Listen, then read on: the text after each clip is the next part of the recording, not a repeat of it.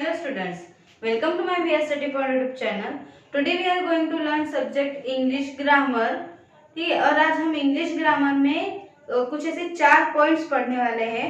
ठीक है, पहला पॉइंट जो है combine the sentence using who, that और बिकॉज. ठीक है, जो मैंने बोर्ड पे लिखा है. किसी भी सेंटेंसेस को, दो सेंटेंसेस को हु, दैट और बिकॉज इन 3 वर्ड से हमें क्या करना है, कंबाइन करना है. वो किस तरह से करेंगे.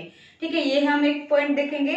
इसके बाद सेकंड पॉइंट हम देखेंगे changing the form of words as the comparative degree. ठीक है, दूसरा एक पॉइंट हम देखेंगे कि वर्ड के फॉर्म को किस इसमें चेंज करना है आपको, कंपैरेटिव डिग्री में. ठीक है, ये हम देखेंगे. इसके कुछ एग्जांपल्स देखेंगे. और थर्ड फॉर्म है use the nothing, something, everything and anything. ये जो 4 वर्ड है, ठीक है, nothing, something, everything and anything, ये 4 वर्ड हम कैसे और कहाँ कहाँ उसको यूज कर सकते हैं, कौन से सेंटेंस में उसके मीनिंग को पहचान के किस तरह से हम उसको उस सेंटेंस में यूज कर सकते हैं, वो हम इसमें देखेंगे. और फोर्थ एंड लास्ट जो टॉपिक है वो है arrange the groups of words in alphabetical order. ठीक है, मतलब कुछ ऐसे वर्ड के ग्रुप्स हैं, उसको हमें अल्फाबेटिकल ऑर्डर के हिसाब से उसको अरेंज करना है. वो किस तरह से अरेंज करेंगे वो मैं आपको उस टॉपिक में समझाऊंगी. ठीक है, तो हम स्टेप बाय स्टेप चारों टॉपिक्स देखेंगे. तो first is combine the sentence using who, that और बिकॉज. ठीक है, मतलब हु, दैट और बिकॉज, ये 3 वर्ड का मीनिंग क्या होता है. हु मीन्स क्या होता है, कौन होता है, और उसका एक दूसरा मीनिंग है जो हम इस सेंटेंस में देखने वाले हैं, उसका मीनिंग है जो. ठीक है, मतलब जो व्यक्ति, जो पर्सन है ना, इस तरह से हु पर्सन, हु दैट. ठीक है, तो ये मीनिंग इसमें हम हु का यूज करने वाले हैं. और दैट तो आपको पता ही है, दैट इज अ कंजंक्शन है ना. हम किसी भी सेंटेंस में दो सेंटेंस को ज्वाइन करने के लिए बीच में हम दैट कंजंक्शन यूज करते हैं. और तीसरा है बिकॉज मीन्स रीजन. किसी पर्टिकुलर सेंटेंस में अगर आप कोई रीजन देना है तब हम बिकॉज जो वर्ड है उसको हम यूज करते हैं. ठीक है, तो इन तीनों को हम किस तरह से कैसे कैसे टाइप्स के सेंटेंस में हम उसको यूज कर सकते हैं ये हम देखेंगे. देखिए, first sentence, we saw a temple, full stop, the temple was more than 1000 years old. ठीक है, देखिए यहाँ पे ये 2 सेंटेंस बन गए हैं. We saw a temple is the first sentence and the temple was more than 1000 years old, ये है सेकेंड सेंटेंस. ठीक है, 2 सेंटेंस है. इन दोनों सेंटेंस को आपको क्या करना है, कंबाइन करना है, जोड़ना है. ठीक है, तो किस तरह से हम जोड़ेंगे. ये जो फुल स्टॉप आया है इसको अगर जब हम हटाएंगे तो ही क्या होगा, 2 सेंटेंस को हम एक कर सकेंगे. ठीक है ना. तो ये जो 3 वर्ड्स जो हमें इसमें ऐड करने हैं, तो मैं पहले ही आपको ये बात बता देती हूँ कि ये जो 3 वर्ड्स है, हु, दैट और बिकॉज, ये जो 3 वर्ड्स है ये सेंटेंस में फुल स्टॉप के प्लेस पे हमें लिखना है, या फुल स्टॉप के प्लेस पे वो वर्ड्स आते हैं. ठीक है, तो देखिए पहले हम पहला सेंटेंस आपको जैसे का वैसे उसको रीराइट करना है. We saw a temple. ठीक है, वी सॉ अ टेम्पल, इतना हमने रीराइट किया, लिख लिया. इसके बाद जो फुल स्टॉप है उसके जगह पे आपको इन तीनों में से एक जो वर्ड है वो आपको कंबाइन के लिए यूज करना है. ठीक है, तो पहले आप सेंटेंस का हम मीनिंग देखेंगे. वी सॉ अ टेम्पल, हमने एक मंदिर देखा. The temple was more than 1000 years old, मंदिर कितने साल पुराना था, मोर देन 1000 years old, मतलब हजारों साल पुराना वो मंदिर था. ठीक है, अब ये दोनों क्या है, एक ही चीज के बारे में बात कर रहे हैं, टेम्पल के बारे में है ना. हमने एक टेम्पल देखा, तो वो टेम्पल, वो मंदिर कितने हजारों साल पुराना था, है ना. तो दोनों भी एक ही चीजों के बारे में है, एक ही चीज के बारे में, टेम्पल के बारे में. तो उसको हमें क्या करना है, ज्वाइन करना है दोनों सेंटेंसेस को. तो अब देखिए इस सेंटेंस में आप तीनों में से कौन सा वर्ड हम आप यूज कर सकते हो. तो हमने यहाँ पे यूज किया है दैट. ठीक है, We saw a temple that was more than 1,000 years old. अब यहाँ देखिए a temple, the temple, temple एक ही चीज है, एक ही टेम्पल के बारे में बात करें तो हमें उस जब दो सेंटेंस को एक करना होता है तो हम वो टेम्पल को हम डबल यूज नहीं करते हैं, है ना। जैसे मैंने अब फॉर एग्जांपल जैसे हम नाउन और प्रोनाउन के इसमें जब हम बात करते हैं, प्रोनाउन का अगर हम समझेंगे तो किसी भी पर्टिकुलर नेम को हम बार बार उसको रीयूज नहीं करते, है ना। जैसे Rahul is a good boy, Rahul is a player, cricket player. अगर ये दो सेंटेंस आपको करना है तो आप कैसे हर बार आप राहुल राहुल राहुल राहुल बोलेंगे क्या? नहीं, Rahul is a good boy, he is a good player, है ना, he is a good cricket player. ये आप प्रोनाउन यूज करोगे, ही यूज करोगे, ठीक है। तो इसमें भी वैसे ही है, जैसे टेम्पल जो है ये हम डबल अभी आपको एक ही सेंटेंस में उसको ज्वाइन करना है तो उसको हम डबल यूज नहीं करेंगे। तो देखिए कैसे बना है sentence, we saw a temple that, मतलब वो, दैट का मीनिंग यहाँ आया है वो, है ना। We saw a temple that was more than, अब ये टेम्पल जो है ये हट गया है, ठीक है, डबल टेम्पल हमने यूज नहीं किया है। दैट फिर हेल्पिंग वर्ब से स्टार्ट किया है, was more then 1,000 years old. इस तरह से हमने ये सेंटेंस में चेंजेस किए हैं और इस तरह से सेंटेंस को कंबाइन करते हैं, ठीक है। अब सेकंड सेंटेंस देखिए, I came very late to school, ये हो गया एक sentence, full stop. I came very late to school, I had to wait a long time for the bus, है ना। मतलब मैं स्कूल से बहुत लेट आई, मैं किसका वेट कर रही थी? मैं बहुत टाइम तक बस का वेट कर रही थी, बस का इंतजार कर रही थी। तो ये भी एक ही सेंटेंस है पर्टिकुलर, इसको दो सेंटेंसेस बनाए, इसको आपको क्या करना है? ज्वाइन करना है। तब देखिए यहाँ पे क्या बताया कि मैं स्कूल से बहुत लेट आई थी, है ना। और इसमें क्या बताया? रीजन बताया है ना, कि क्यों लेट आई, क्योंकि मैं बस का इंतजार कर रही थी, बहुत टाइम तक बस का इंतजार कर रही थी, वेट कर रही थी। तो ये क्या हो गया? सेंटेंस हो गया और इसका ये रीजन हो गया, ठीक है। तो आप, मैंने जैसे अभी स्टार्टिंग में ही बताया वीडियो के कि जब भी आप किसी रीजन के बारे में बता रहे तो उसमें आप कौन सा वर्ड यूज करोगे इन तीनों में से?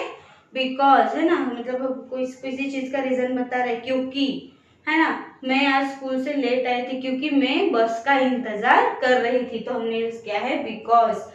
आई came very late to school, full stop हट गया है, because I had to wait a long time for the bus, ठीक है। इस तरह से ये हमने जो सेंटेंस को कंबाइन किया है बिकॉज वर्ड का यूज करके, ठीक है।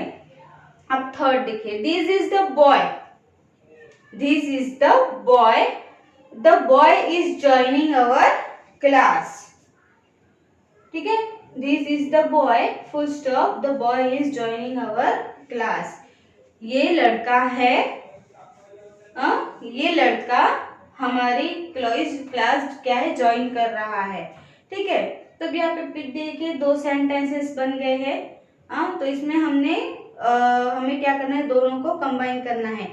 ये वो लड़का है जो हमारी क्लास को ज्वाइन कर रहा है ना। तो जो, जैसे मैंने स्टार्टिंग में बताया था, हम कौन सा वर्ड यूज करेंगे? हु, है। यहाँ पे हु का मीनिंग जो होता है, मतलब हम किसी पर्टिकुलर पर्सन को अगर हम दर्शा रहे हैं उसको, तो हम उसमें हु यूज करते हैं। तो देखिए, this is the boy who is joining our class, ठीक है। यहाँ पे ये द बॉय हमने रिप्लेस नहीं किया है, ठीक है, डबल उसका यूज नहीं किया है, रीयूज नहीं किया है, तो उसकी जगह क्या आया है? Who is joining our class, ठीक है। इस तरह से हमने हु का यूज किया है इस सेंटेंस में। अब देखिए fourth, patients in a hospital are sick people, they need careful attention. Patients in a hospital are sick people, they need careful attention, ठीक है। मतलब हॉस्पिटल में बहुत से लोग जो है वो पेशेंट्स है, वो बीमार लोग हैं और उनको क्या बहुत ही केयरफुली अटेंशन, मतलब बहुत ज़्यादा उन पर ध्यान देने की ज़रूरत है, ठीक है। इस तरह से सेंटेंस में बताया गया है। तो देखिए पेशेंट्स है, कौन से पेशेंट जो है ना, तो हमने भी यहाँ पे कौन सा ऐसा वर्ड यूज किया है, हु। ठीक है, patients in a hospital are sick people who need careful attention. ठीक है, हॉस्पिटल में वो पेशेंट्स बीमार लोग हैं, कौन, जिनको, वो जो जिनको बहुत ही ज्यादा ध्यान की जरूरत है। ठीक है, इस तरह से। तो यहाँ पे भी कौन सा वर्ड यूज हुआ है, हु।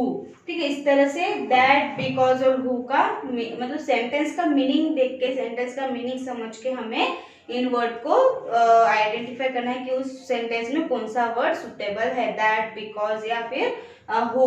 ठीक है, इस तरह से वो देख के आपको ये सेंटेंसेस को ज्वाइनिंग करना होता है।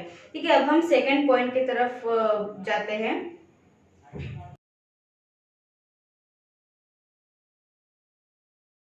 सो स्टूडेंट्स, ये है हमारा second point, changing the forms of the words into the comparative degree. ठीक है, क्वेश्चन में जो वर्ड हमें अंडरलाइन करके दिया होता है या फिर हाईलाइटेड होता है, उस वर्ड को हमें क्या करना है, कंपैरेटिव डिग्री में उसको चेंज करके, उसका फॉर्म कंपैरेटिव डिग्री में चेंज करके वो सेंटेंस आपको बनाना है या उसको लिखना है।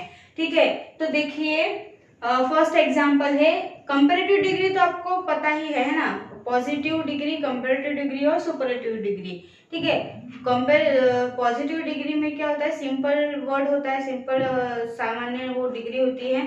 ठीक है, उसका फिर कंपैरेटिव होता है। ठीक है, और सुपरलेटिव। ठीक है, कंपैरेटिव में क्या होता है, आर ई आर वर्ड लगता है हर उस वर्ड के आगे।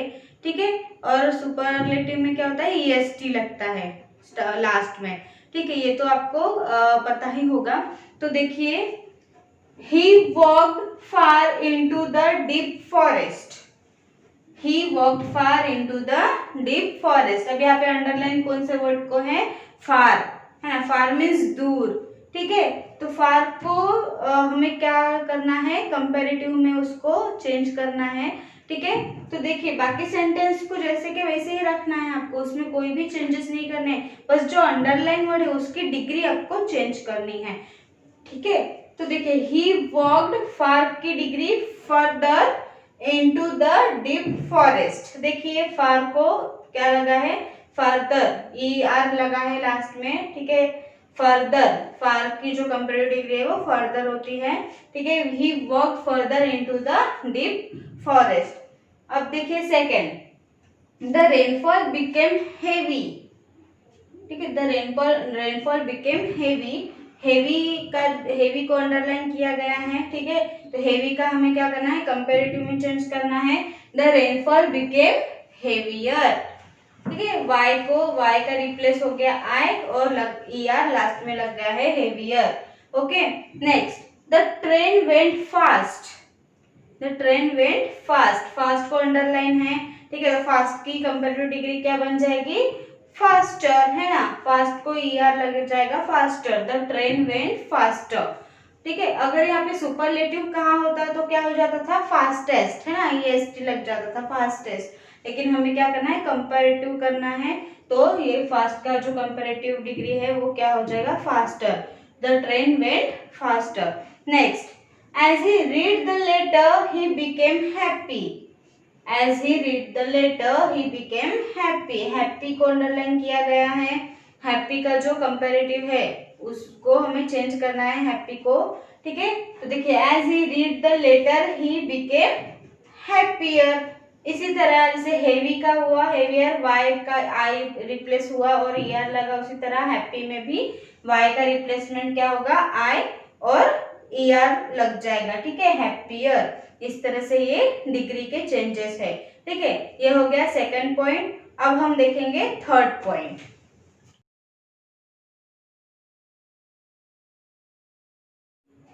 अब हम देखेंगे third point, using the words nothing, something, everything और एनीथिंग। मतलब ये चार वर्ड्स है जिसका हमें यूज करना है, ये चार सेंटेंसेस में। ठीक है, तो सेंटेंसेस को हम समझ के, उसको उसका मीनिंग समझ के, उसमें कौन से इन चारों में से कौन सा वर्ड उसमें सुटेबल है वो देख के हम इसमें पुट अप करेंगे। ठीक है, तो ये इसमें मतलब जो भी सेंटेंस में क्या बताया गया है वो क्या उसका मीनिंग है, उसमें कौन सा वर्ड, समथिंग मीन्स क्या होता है, कुछ तो भी, है ना, कुछ तो।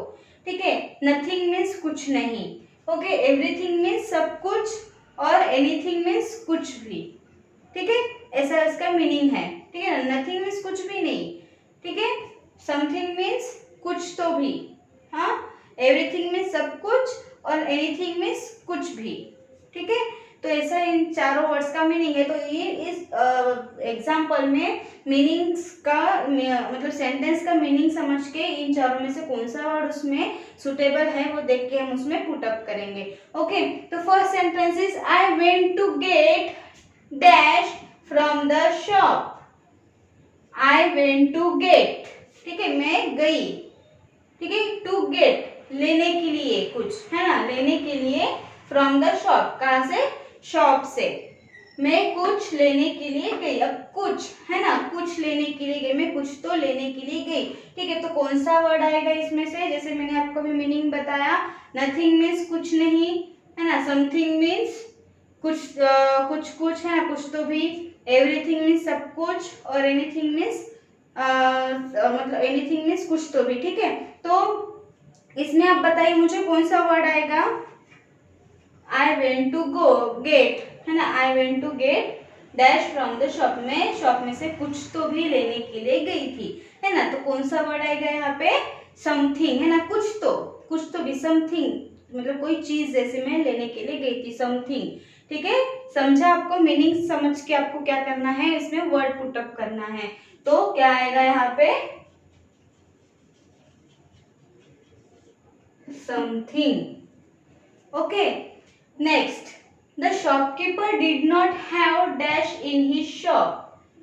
The shopkeeper did not have in his shop, मतलब शॉपकीपर के शॉप में डिड नॉट मतलब नहीं था, है ना, तो कौन सा वर्ड आएगा यहाँ पे, एनीथिंग मतलब सब कुछ। शॉपकीपर के शॉप में सब कुछ नहीं था, मतलब वो सभी चीजें नहीं थी, है ना, सब कुछ नहीं था, anything. Okay,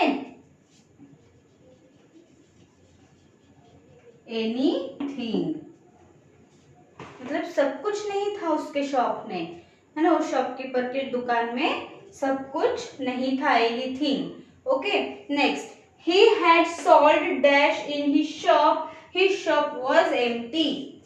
He had sold in his shop was empty, मतलब उसने उसकी शॉप का जो जितना भी जो सामान था वो क्या हो गया था, सोल्ड हो गया था, है ना, बेच दिया था उसके दुकान का। उसकी दुकान क्या थी, एम्प्टी थी, खाली थी। तो अब इस मीनिंग में आप कौन सा वर्ड यूज करेंगे, जैसे मैंने बताया था, नथिंग, समथिंग, एवरीथिंग, एनीथिंग, है ना, मतलब उसके दुकान में जो भी था, जितना भी सब कुछ जो चीज थी वो सब क्या हो गई थी, सॉल्व। तो क्या वर्ड आया इसमें, सब कुछ, है ना, मतलब सारी जो चीजें थी वो क्या हो गई थी, सॉल्व हो गई थी, बेच चुकी थी, उसकी दुकान खाली हो चुकी थी। हाँ, तो कौन सा वर्ड आएगा इसमें, एवरीथिंग, है ना, सब कुछ उसने बेच दिया था, एवरीथिंग।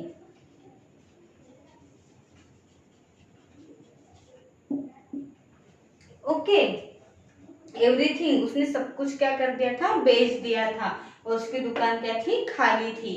अब फोर्थ देखिए, I came back with dash from the shop because I had no money. मैं शॉप से वापस आई, है ना, विथ मतलब मैं शॉप से वापस आई क्योंकि मेरे पास पैसे नहीं थे, है ना, मतलब मैं शॉप से कुछ भी लेके नहीं आई, है ना, कुछ भी नहीं लेके आई क्योंकि मेरे पास पैसे नहीं थे। तो कौन सा वर्ड आएगा इसमें, नथिंग, है ना, कुछ नहीं, कुछ भी नहीं। ठीक है, विथ नथिंग।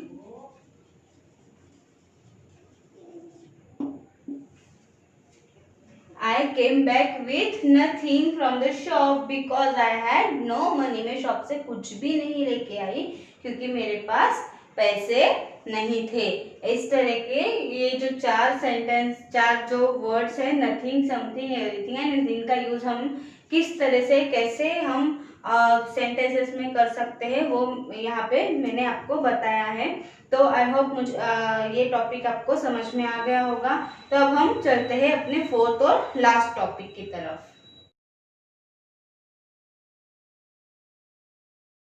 सो स्टूडेंट्स, अब ये इस वीडियो का फोर्थ और लास्ट टॉपिक है, ठीक है। Arrange each group of words in the alphabetical order, ठीक है। ये जो ग्रुप ऑफ वर्ड्स यहाँ पे दिए गए हैं, हर एक ऐसे 3 हमने यहाँ पे लिए हैं और हर एक इसमें कई ऐसे वर्ड्स है, ठीक है। इनको ग्रुप ऑफ वर्ड्स कहते हैं।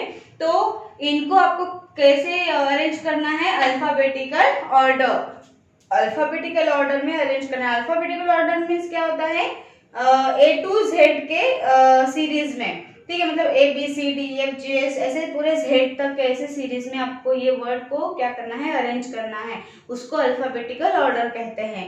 ओके, तो अभी हम ये जो पहले इसमें जो जितने वर्ड्स है उसमें आप पहले अल्फाबेटिकल अरेंजिंग करेंगे, ठीक है, अल्फाबेटिकल ऑर्डर के थ्रू। तो आपको क्या देखना पड़ेगा, फिर सबसे पहले यहाँ पे ABCD के हिसाब से वर्ड की स्टार्टिंग देखनी पड़ेगी, ठीक है। यहाँ पे इतने जो वर्ड है इनमें से कौन से वर्ड में सब अल्फाबेटिकल ऑर्डर के थ्रू स्टार्टिंग हुई है, ठीक है। तो अल्फाबेटिकल ऑर्डर के थ्रू कौन सा आता है, सबसे पहले वर्ड A आता है, ठीक है। तो आपको वही देखना है कि सबसे पहले इनमें A कौन से वर्ड में है, ठीक है, वही आपको देखना पड़ेगा हर एक वर्ड में, ठीक है। तो देखिए आप इस पूरे ग्रुप ऑफ वर्ड्स में ए सबसे पहले कौन से वर्ड में आता है, तो यहाँ पे है ए, ठीक है। ये वर्ड आया है एलिगेटर, तो सबसे पहले आएगा एलिगेटर,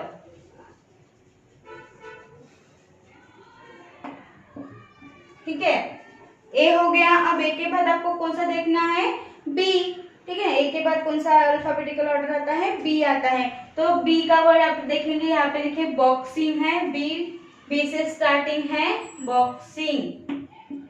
इसके बाद आपको देखना है बी के बाद कौन सा, सी, क्या है वहां पे, सी से स्टार्टिंग वाला वर्ड है कैनन, वो हम लिख लेंगे, ठीक है। अब कैनन के बाद सी के बाद कौन सा वर्ड आया, डी, डी है क्या, आप चेक कर लीजिए एक बार, डी है क्या, नहीं है, ठीक है। इसके बाद आपको कौन सा लिखना है, डी के बाद ई, ई है क्या यहाँ पे, वो देखेंगे, ई है, नहीं है।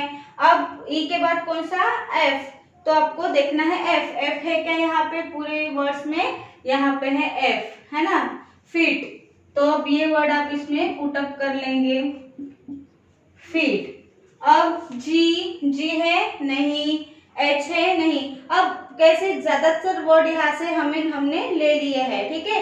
एलिगेटर, एलिगेटर हो गया है, ठीक है, फीट हो गया है, कैनन हो गया है, बॉक्सिंग हो गया है, ठीक है, 4 वर्ड हो गए हैं। अब बचे कितने हैं आपके पास, 4 वर्ड, प्लैनेट, मिनट और जाइलोफोन। अब आप इसमें से देखिए कि कौन सा अल्फाबेटिकल ऑर्डर में कौन सा अल्फाबेट फर्स्ट आता है, एफ के बाद, एफ के बाद कौन सा अल्फाबेटिकल इन तीनों में से पहले आता है, ठीक है। तो एफ के बाद जी, एच, आई, जे, के, एल और एम, एम आता है सबसे पहले। देखिए यहाँ पे एम से स्टार्ट होने वाला वर्ड है, तो आप पहले उसको पुट अप कर लेंगे, एम से स्टार्ट होने वाला वर्ड मिनट, ठीक है। अब ये मिनट भी हो गया। अब कौन सा बच्चा है, 2 बचे हैं, प्लैनेट और जाइलोफोन, ठीक है। तो अब देखिए प्लैनेट का स्टार्टिंग वर्ड क्या है, पी, और जाइलोफोन का एक्स। अब अल्फाबेटिकल ऑर्डर में इन दोनों में से पहला वर्ड कौन सा आता है, पी, है ना, एक्स तो लास्ट में आता है जेड के पहले। तो कौन सा वर्ड हम पहले पुटअप करेंगे, पी से स्टार्ट होने वाला प्लैनेट, और लास्ट में बचा हुआ जाइलोफोन, ठीक है। इस तरह से इसको कहते हैं arranging of alphabetical order, alphabetical order के हिसाब से वर्ड्स को अरेंज करना, ठीक है। अब देखिए पूरा ABCD के ही इसमें हमने इसको अरेंज किया है। तो इसी तरह आपको अल्फाबेटिकल ऑर्डर से अरेंज करना होता है। अगर एग्जाम में इस टाइप के जो क्वेश्चंस आते हैं तो आपको इसी तरह से वो अरेंजिंग करना होता है। अब आप देखिए सेकेंड में देखिए 115 year, simple, house, navy, broom, dark, zebra, इतने ग्रुप ऑफ वर्ड्स है। तो इसमें भी आपको वैसे ही करना है। सबसे पहले आपको कौन सा वर्ड देखना है, ए है क्या यहाँ पे, अब देख लीजिए एक बार, ए है क्या यहाँ पे, नहीं है। फिर अब देखिए बी है क्या, बी है यहाँ पे, बी से स्टार्ट होने वाला है ब्रूम, ठीक है, यहाँ पे हम लिख लेंगे पहले ब्रूम। अब देख कौन सा देखेंगे बी के बाद, सी है क्या, नहीं है। डी है क्या यहाँ पे, देखिए यहाँ पे है डी डार्क, ठीक है, वो लिख लेंगे। अब नेक्स्ट कौन सा है, ई है क्या यहाँ पे, वो देखिए ई नहीं है। अब ई के बाद कौन सा वर्ड आता है, एफ से स्टार्ट होने वाला वर्ड है क्या, यहाँ पे है 15, है ना। अब 15 को हम लिख लेंगे,